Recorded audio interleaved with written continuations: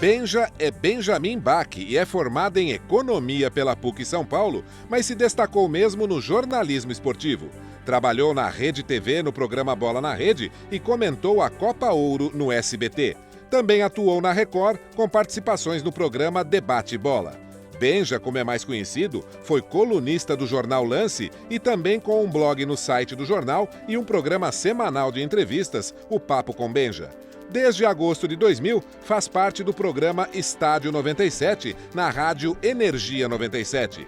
Em 2010, foi contratado pela Band, onde participou dos programas Jogo Aberto e São Paulo Acontece. No início de 2014, foi contratado pelo canal Fox Sports como um dos âncoras da emissora. Benja apresenta diariamente o Fox Sports Rádio e também os programas Aqui com Benja e Boa Noite Fox Sports. Muito boa noite, meu amigo, minha amiga. O nosso encontro de final de noite, programa Ponto de Equilíbrio. Agora você pode enviar a sua pergunta diretamente ao nosso convidado. Basta você acessar o nosso site, Facebook, WhatsApp. Lá você encontra as opções e nós encaminharemos a pergunta. Certamente ela será respondida. O programa é sempre feito pensando em você. E nessa noite é com imenso prazer que eu recebo um grande amigo, um grande comentarista, um grande apresentador. Benja, brigadão por estar aqui, hein? Pô, pedido seu, eu vou falar não? Não, é um prazer estar aqui. Um prazer, muito obrigado. Queria agradecer, mandar um beijo no coração do Edu Zebini, nosso grande companheiro, que está lá na Fox Sports, como a gente falava aqui, né? Fazendo um trabalho maravilhoso. Edu, muito obrigado e parabéns aí pelo trabalho junto à Fox. Conta aí pra gente, que é essa experiência agora de Fox, mundo novo, começa tudo novo, esporte, como é que está acontecendo? Como você falou, né? Você mandou um abraço para um cara que é um cara especial, né? Ah, sem dúvida. Que é o Eduardo Edu Zebini. Que, na minha opinião, talvez uma das grandes cabeças pensantes da televisão brasileira. Tive o prazer de trabalhar com ele, é um cara fora de série. Eu acho que o Edu é um monstro, né? Como a gente fala na gíria, né? E está sendo muito legal, porque quando a gente estava negociando, quando a gente estava conversando, para saber o que envolvia, o que era o projeto Fox Sports e tal, um dia eu falei pro Edu, pô, Edu, mas não quero fazer aqueles programas caretão de futebol, aquela coisa, sabe? Que se faz há 30 anos a mesma coisa. Tal. Eu queria fazer coisas mais jovens, mais descontraídas. Né? Eu sou um cara que tem muito bom humor, que tem reverência. Eu queria seguir essa linha, Edu. E eu tinha uma frase que eu ia falar e o Edu pegou nas últimas conversas e antecipou. Parece que o Edu leu meu pensamento. Ele falou, Benja, bora, a gente vai se divertir. Quando ele falou, pô, vamos se divertir, ferrou. Aí pegou aqui na veia. E é isso que está acontecendo. Quer dizer, tudo que a gente conversou, não se muda uma vírgula. Né? Estou fazendo os programas lá, tem o Fox Sports Rádio, que é aquela loucura na hora do almoço, tem o Boa Noite Fox segunda-feira, o Aqui com o Benja, que é o meu programa de entrevista. E tudo conforme foi combinado. Então, eu trabalho num ambiente que é super legal. Isso é muito importante, né, Benja? Muito, cara, com gente muito bacana, desde lá de cima, do Edu, de toda a vice-presidência, a direção, né, de pessoas que você conhece também, como o Moron, como o Marinho 40, desde do pessoal que faz o programa comigo, que são caras fora de série, e até todo o pessoal da técnica, pessoal da produção, quer dizer, é só gente legal. Aí fica mais fácil, mais gostoso e mais fácil. Fica muito mais fácil, né? Porque você vai trabalhar e você fala, pô, que legal, né? Não é aquela coisa de falar, caramba... E vou ter que ir lá, encarar aquele cara, que cara chato, não sei o quê. Então isso ajuda muito, né? E o reflexo, acho que vai pro ar, né? Vamos falar um pouquinho do futebol aí. Acabou o Brasileiro, Corinthians campeão, acabou a Copa do Brasil, Palmeiras campeão. Mas o que a gente tira desse ano do futebol, Benja? Seleção parece que ainda está patinando, os clubes arrebentados. Nós trouxemos aqui vários dirigentes, já falamos sobre isso. Parece que é uma situação que não tem um horizonte. Como é que está o futebol brasileiro? Acho que está bem a cara do país, né? Eu acho que não dá para fugir muito disso. A gente passa por um momento complicado no país, né? Nossa política e o futebol também não é diferente. Eu vou ser muito sincero para você e às vezes as pessoas ficam meio bravas quando eu falo algumas coisas, né? Mas eu sou um cara sincero. Eu, para te falar a verdade, não acredito muito no nosso país, infelizmente. Alguns acontecimentos para cá, eu vou te falar que me deram uma pontinha de esperança a mais que isso aqui possa mudar um dia, né? acho, em relação ao futebol, né, que senão o assunto fica chato, fica falando de política, mas em relação ao futebol, eu acho que a gente precisa ter uma renovação, acho que a gente precisa ter mais seriedade, a gente precisa ter mais profissionalismo, a gente precisa ter menos lobby, a gente precisa ter mais gente do ramo, a gente precisa ter gente do ramo tocando a parte do futebol dentro do campo, mas eu acho que a gente tem que ter fora do campo gente fora do ramo. Acho que a gente tem que ter mais executivos, mais caras de publicidade, para transformar o futebol num produto que realmente ele é. Um espetáculo, né? É lógico, é lógico. Eu sei que você vai muito para os Estados Unidos. Cara, a gente teve um prazer de... Pô, seja, óbvio que eu acredito que você já foi ver um jogo de NBA, por exemplo. Sim. Eu não estou falando Não precisa nem ter o jogo. É tanto espetáculo envolvido que se não tiver o jogo de basquete, você não fica muito chateado. Então, não estou falando que a gente tem que transformar o futebol brasileiro num jogo de NBA, tá? Porque cada país tem sua cultura, são esportes diferentes. Você vai lá fora assistir um jogo, já tive o prazer de assistir alguns jogos no exterior. Por que a gente não pode fazer isso aqui? Por que a gente não pode tratar o futebol mais como um entretenimento, como uma coisa de lazer, de dar conforto para o torcedor, de poder organizar, entregar para o torcedor, porque se o futebol é um produto, o torcedor é o consumidor, é o cliente. Lógico. Né? E o cliente tem sempre razão, o cliente tem sempre que ser bem tratado. E tem que ser bem tratado. Eu acho que algumas coisas mudaram para melhor. Não vou entrar no mérito de como elas foram feitas, mas, por exemplo, as arenas, as pessoas podem achar que não, mas elas dão uma outra cara ao futebol brasileiro. Principalmente quando você vê um jogo na telinha, né? O que a gente chama de a embalagem do produto. Você vê um jogo lá fora, é tão bonito, né? Aquele gramado, super produção, estádio lotado, posicionamento das câmeras. Então, você vê nas arenas novas aí, se você liga a televisão, você vê isso aí hoje, graças às arenas. Com a bola rolando, eu acho que a gente teve um campeonato brasileiro muito legal, que calou a boca de muita gente, inclusive da minha. O nível aqui o nível técnico é muito fraco.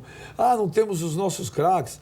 Ok, não temos os craques que lá fora tem, mas grandes jogos, aumentou o número de gols, jogos emocionantes, um calendário hoje que, se não é o perfeito, mas está caminhando já é muito mais legal, muito melhor do que era há 10 anos atrás.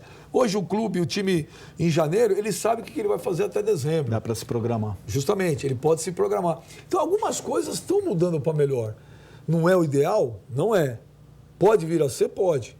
A partir do momento que você botar gente séria e transformar o futebol num produto que realmente ele merece que seja no Brasil, eu acho que a gente vai ter uma coisa muito bacana pela frente. Mas e aí os clubes, como é que eles vão sair dessa encruzilhada aí? Porque está devendo, cada vez deve mais, e parece que o dirigente, isso daqui eu comentei isso daqui com o Juca, comentei com o Neto, parece que o dirigente vive em outro mundo. Por quê? Ele contrata um técnico por 1 milhão, que ele sabe que daqui 2 meses ele não vai ter dinheiro para pagar. Mas na empresa dele ele faz isso? Não, mas esse é o problema. Então eu te pergunto, por quê? Esse é o problema. Por quê? Porque ele vai ser responsabilizado. E no futebol? Nada. E por que essa lei não passa de responsabilidade fiscal?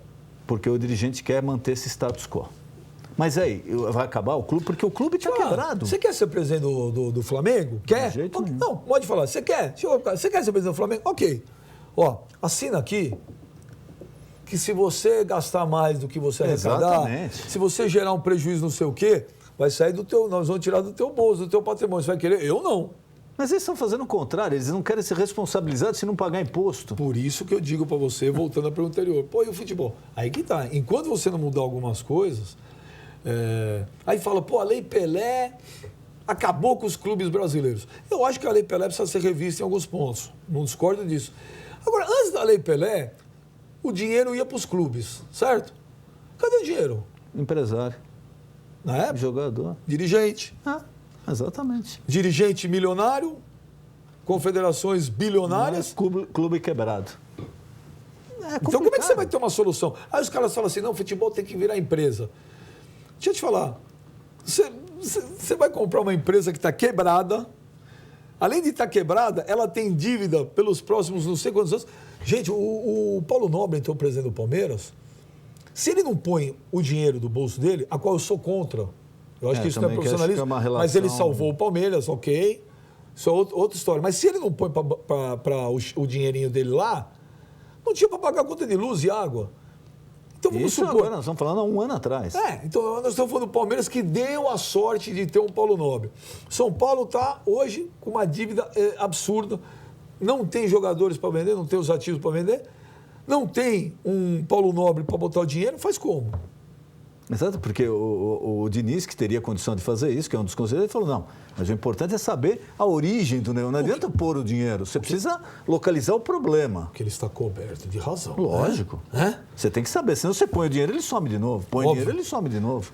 É uma frase meio feia, mas é vela boa e defunto ruim. Ah, não, você não resolve. Temporariamente você dá um refresco, mas depois... Eu acho que precisava... Eu acho o seguinte, cara, depois que a gente tomou aquela humilhação do 7-1, né?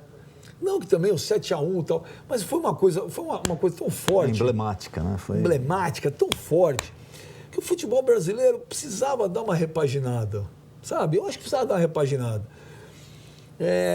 Eu acho que o Marco Paulo Del Nero perdeu uma grande chance de ser o cara que poderia ter feito alguma coisa. Sabe, faz um workshop de uma semana, convida grandes jogadores, ex-jogadores, treinadores, caras do mercado publicitário, donos de agências de propaganda, traz caras de fora, não só no futebol, de outros esportes, sabe? Jornalistas, torcedores, faz um workshop de uma semana, tem dinheiro para isso, tem estrutura para isso, colhe um material, certo? Fala, bom, o que a gente pode tirar daqui? A gente trouxe o que tem de melhor. Esses caras falam o que tem de melhor para a gente. O que a gente pode... Como que a gente vai aproveitar isso? Como é que a gente faz essa mudança? Não foi feito nada. Vai ser feito? Não. Então, sabe, você perde um pouco da esperança. Cara, eu fui ver uma vez Real Madrid e Barcelona lá no Santiago Bernabéu. Eu falei, Deus do céu, cara. E aí eu fui ver Barcelona e Manchester, a final da Champions League em 2011, em Wembley. E aí eu ouço aquelas clichês, aquelas baboseiras de antigamente, né? Porque o brasileiro é um povo extremamente humilde, menos quando se fala em futebol. Ainda nós temos aquela arrogância, maior do mundo. Nossa Senhora! Só que o Pelé parou, o Zico parou, o Rivelino parou, o Falcão parou, o Júnior parou, enfim, o Ronaldo parou. Acabou. Então, aí eu ouço aquela frase assim, não, mas o Brasil é o país do futebol. Pelo amor de Deus, precisa ter coragem de falar que o Brasil é o país do futebol. O Brasil sempre foi o país do jogador de futebol, que é uma longa diferença. Você vai na Inglaterra... Do talento isolado do jogador. Você vai à Inglaterra, a Inglaterra é o país do futebol. Ali o cara respira 24 horas por dia futebol, o cara gosta. No jogo que eu fui Barcelona e Manchester, tinha 93 mil pessoas em Wembley, num sábado, na final. No dia seguinte, lá, ia até a final, não me lembro se da segunda ou terceira divisão do Campeonato Inglês, em Wembley. Sabe qual foi o público? 93 mil pessoas. Bom, hoje o futebol soccer americano, a média de público nos Estados Unidos é maior do que o Campeonato Brasileiro aqui já. Já é maior que o Campeonato Brasileiro. Mas aí nós estamos falando de um esporte que lá, eu estou falando do mesmo esporte que o nosso. Não, digo soccer, o nosso, o futebol. O futebol, é verdade, o futebol. Lá nos Estados Unidos está com uma média de público já maior que o Campeonato Brasileiro aqui. Eu fui na inauguração em 2010 ou 11 do Red Bull Arena em New Jersey, que era jogo Red Bull e Santos. Não tinha uma cadeira vazia. A loja, no jogo, tinha filas de gente consumindo. E você vai falar que o Brasil é o país do futebol? E o estacionamento para o teu carro, o lugar para você sentar, tudo marcadinho, tudo funcionando, o cachorro quente, o refrigerante gelado. Aí os caras reclamam do horário aqui. Real e Barça que eu fui assistir, sabe que horas era? Sábado, sabe que horas? 9 da noite. Quer dizer, quando a coisa é boa, o cara vai. Desci na estação Santiago Bernabéu do metrô. Sabe onde era a estação Santiago Bernabéu do metrô? Na hora que eu subi a escada rolante... Deu no estádio. Estava na porta do estádio. Na outra porta, um restaurante maravilhoso, todo envidraçado. Na parte de trás, um shopping, onde tinha uma loja do Real Madrid também. A maquininha registradora, para onde você olha, tá dinheiro. Entretenimento. São subprodutos, né? Mas é entretenimento. Aqui você não consegue ter nada disso. Aqui fala assim, não, mas o Corinthians, o Flamengo estão ganhando 170 milhões de contrato de televisão. Esse é o time que mais vende camisa. Esse é o time que mais traz público. E por que está quebrado? E parece que quanto mais ganha, mais gasta. E a dívida aumenta. Eu sou formado em economia pela PUC de São Paulo. Minha primeira aula de contabilidade, olha, você não precisa ter tecnologia, você não precisa ter nada. Primeira aula de contabilidade, tem aquela coluninha daqui que é débito, tem aquela coluninha daqui que é crédito, certo? Você pode botar a caneta até em cima da orelha para fazer a conta, mas é isso. A conta da padaria. Quando você arrecadar menos do que a tua receita, você vai quebrar. Não tem jeito. E aí a coisa perdeu tanto o sentido que hoje, pô, você viu que legal? Pagamos salário, hein? Parece que o cara... Parabéns, hein? É um fenômeno da administração. Parabéns, você pagou o salário? Ou o cara fala assim, olha, só atrasamos 2 meses. Pô, ou senão fala, não, o salário tem dia. Direito de mágica não paga 10 meses é outra coisa. Pô, é a mesma coisa. Aí você tem que chegar e falar assim, pô, você não vai elogiar? Eu falo, elogiar? Salário é religioso, é obrigação. Como eu vou elogiar o cara que está pagando salário? Mas agora, o torcedor, Benja, o futebol tá chato? Pro torcedor? O futebol tá chato, mas não é só o futebol. Eu acho que o politicamente correto tomou conta de tudo. Exatamente, é. O politicamente correto é muito chato, muito chato, muito chato. Hoje o jogador não fala mais, né? Não, é o empresário, aquela... É em tudo. Não é só no futebol, acho que no humor. É óbvio que quando a gente fala politicamente correto, acho que você tem que ter uma coisa chamada bom senso. Sim, respeito e bom senso é lógico, sempre tem que ter. Tá certo? Tem coisas que você não precisa fazer. Acho que é desnecessário. Coisas agressivas. Exato. Que pode insuflar violência. Piadas que podem... Não há necessidade, exato. Ok? Agora, futebol é diversão, futebol não é entretenimento, os caras falam que é entretenimento. Aí você faz uma brincadeira, o nego se ofende. Aí vai jogar Palmeiras e Vasco. Quem vai ganhar? Eu acho que o Palmeiras vai ganhar. Mas você é bairrista, você não gosta dos cariocas. Aí eu falo, não, o Vasco vai ganhar. Mas o cara é corintiano, ele não gosta do Palmeiras. Não, se você elogia, você é puxa-saco e é vendido. Se você critica, você é puxa-saco e é vendido também. Sabe, as pessoas te patrulham de tudo que é coisa. E essa blindagem em cima do jogador hoje, né? O empresário não deixa praticamente o jogador falar. Não é empresário, não. Não é empresário. Eu acho o seguinte, é muito fácil. O empresário vem pagando a conta de muita coisa no futebol brasileiro porque o empresário não tem bandeira. Então, de onde você acha que vem? Do jogador? Que há empresário ruim, não há a menor dúvida. Como há jornalista ruim, como há jogador ruim, como há advogado ruim, são todos. Mas eu acho que hoje é aquela coisa desse... É muita assessoria, é o staff. E às vezes o cara quer perguntar, mas você vai perguntar o quê? Ele fala, pô, cara, eu não vou perguntar. Vou perguntar no que vem na hora. Não, ele não quer falar disso, ele não quer falar daquilo. Aí você marca a entrevista, o time perdeu, fala, não dá pra ele ir hoje.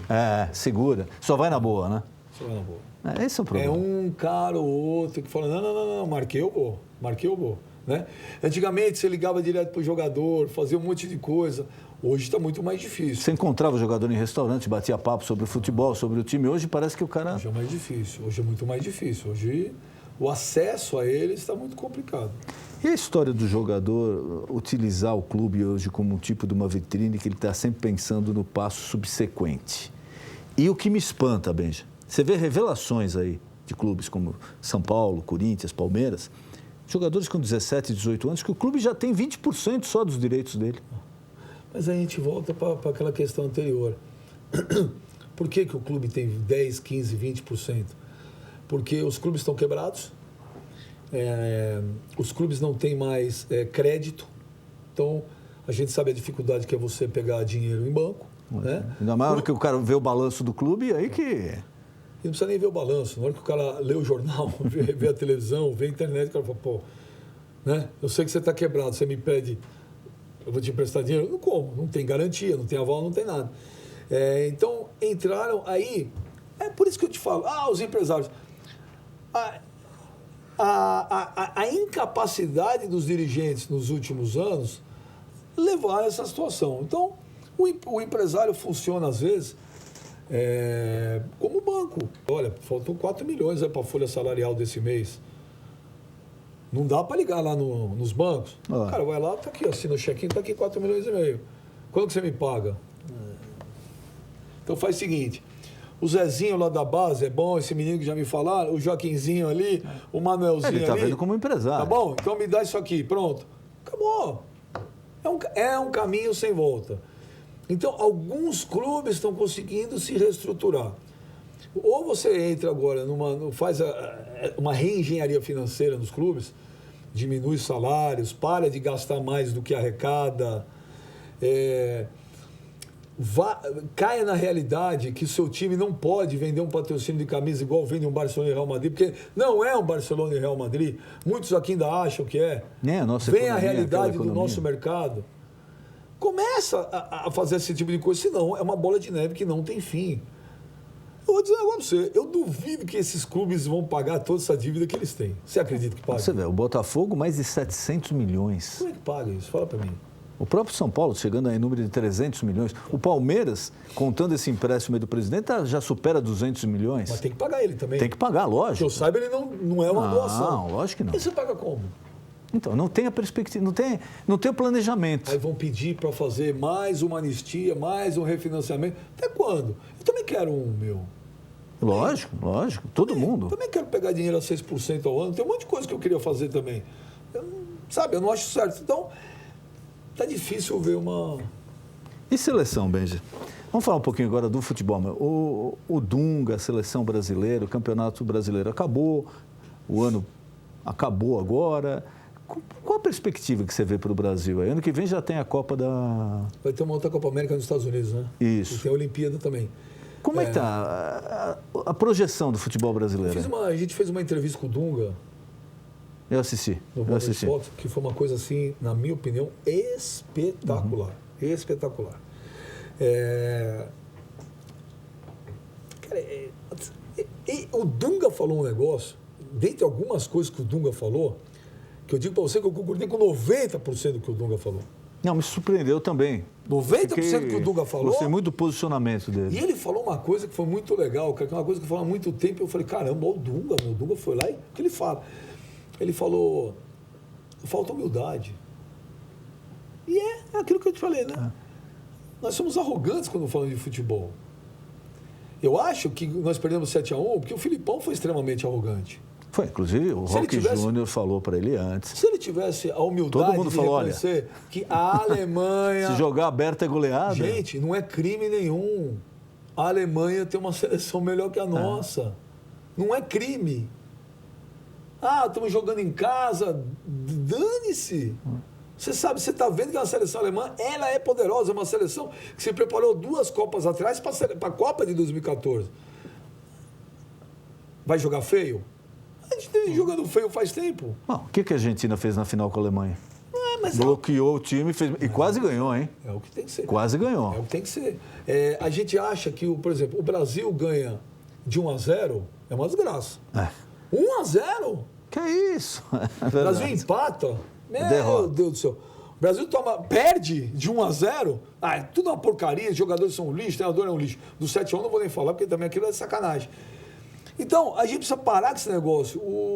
A seleção brasileira não são os Harlem Globetrotters, que fazem exibição de basquete. Cara, é uma competição. Não está acima do bem e do mal. Eu também gostaria de jogar bonito e ganhar. Óbvio, quem não quer? Isso é óbvio.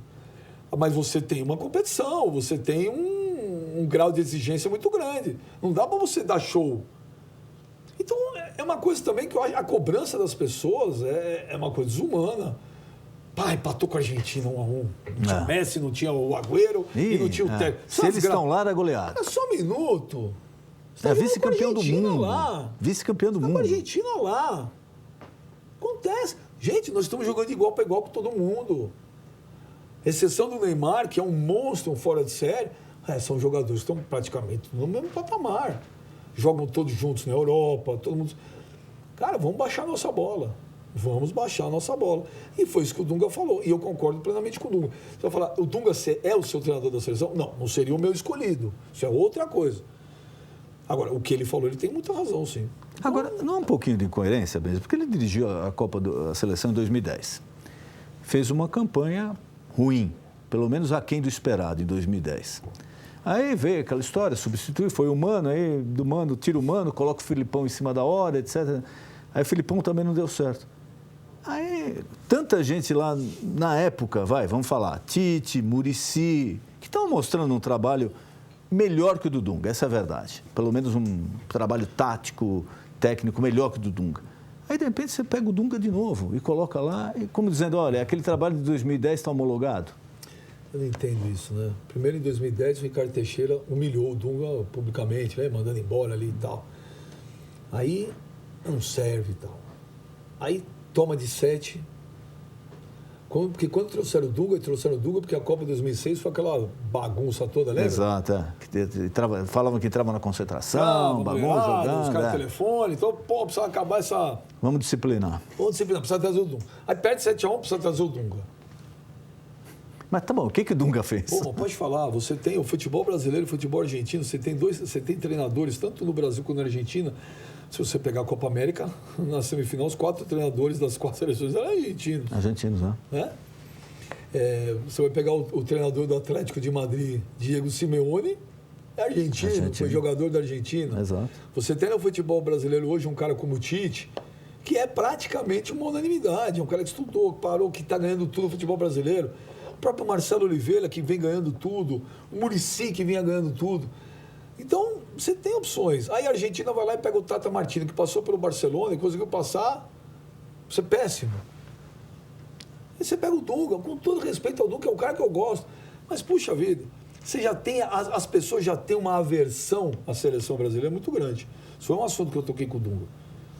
O torcedor brasileiro hoje, ou ele é indiferente à seleção, não está nem aí, joga a seleção, o cara prefere o jogo do time dele. Mas isso é unânime. Mas às vezes tá passando o jogo do Brasil e o cara tem outra coisa para fazer, o cara vai ver outra coisa.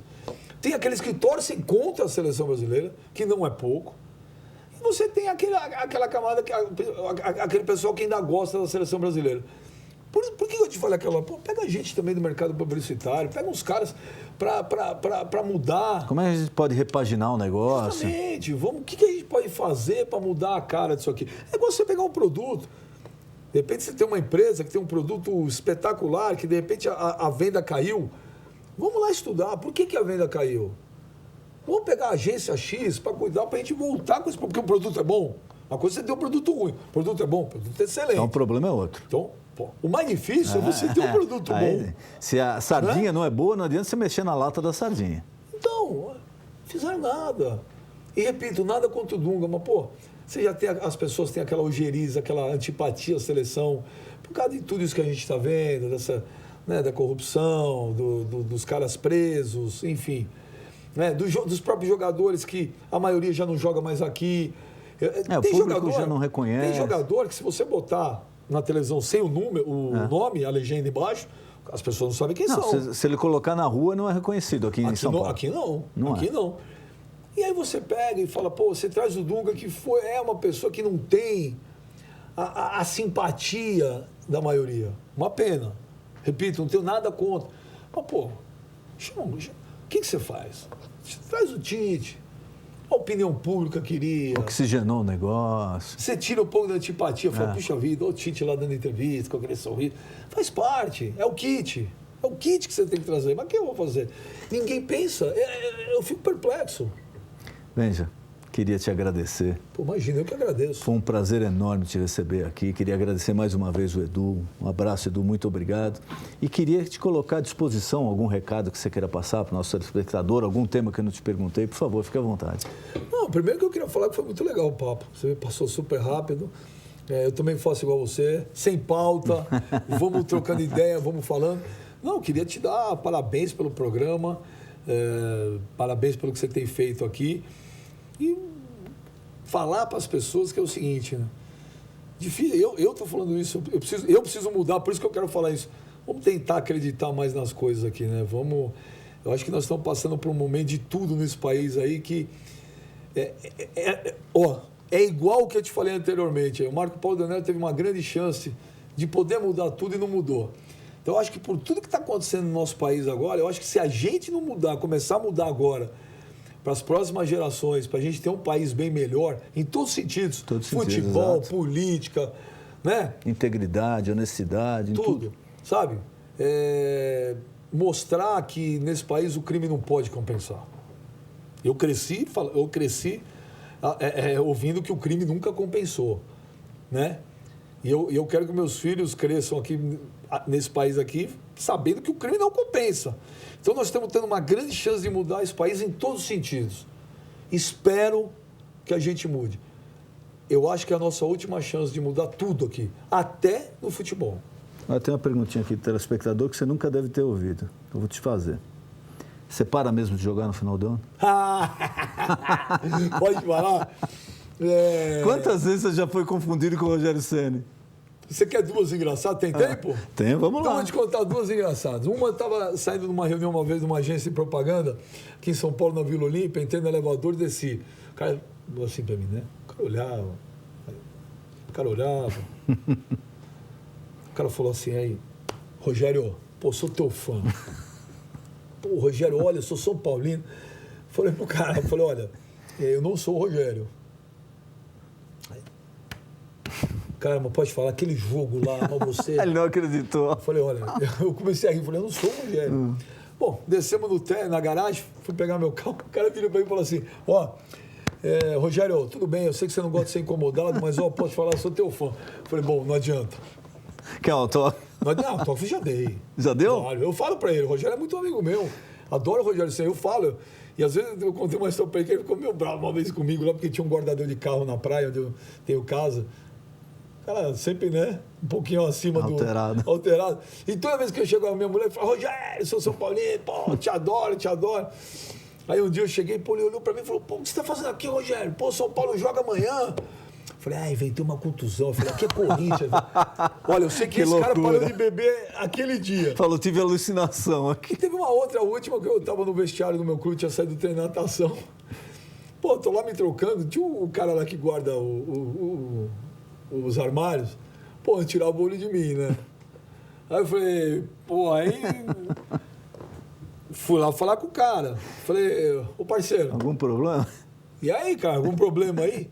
Pô, não é, Rogério, que eu sou teu fã, eu trabalho aqui, tô com vergonha de falar. Falei, pô, cara, eu não sou, não. Então, aí, ô Rogério, tudo brincadeira. Benja, muito obrigado. Obrigado foi um você. prazer enorme te receber aqui. Prazer foi o meu. Sucesso, viu? O programa é muito bom. Obrigado. O nosso encontro de final de noite, programa Ponto de Equilíbrio. Boa noite.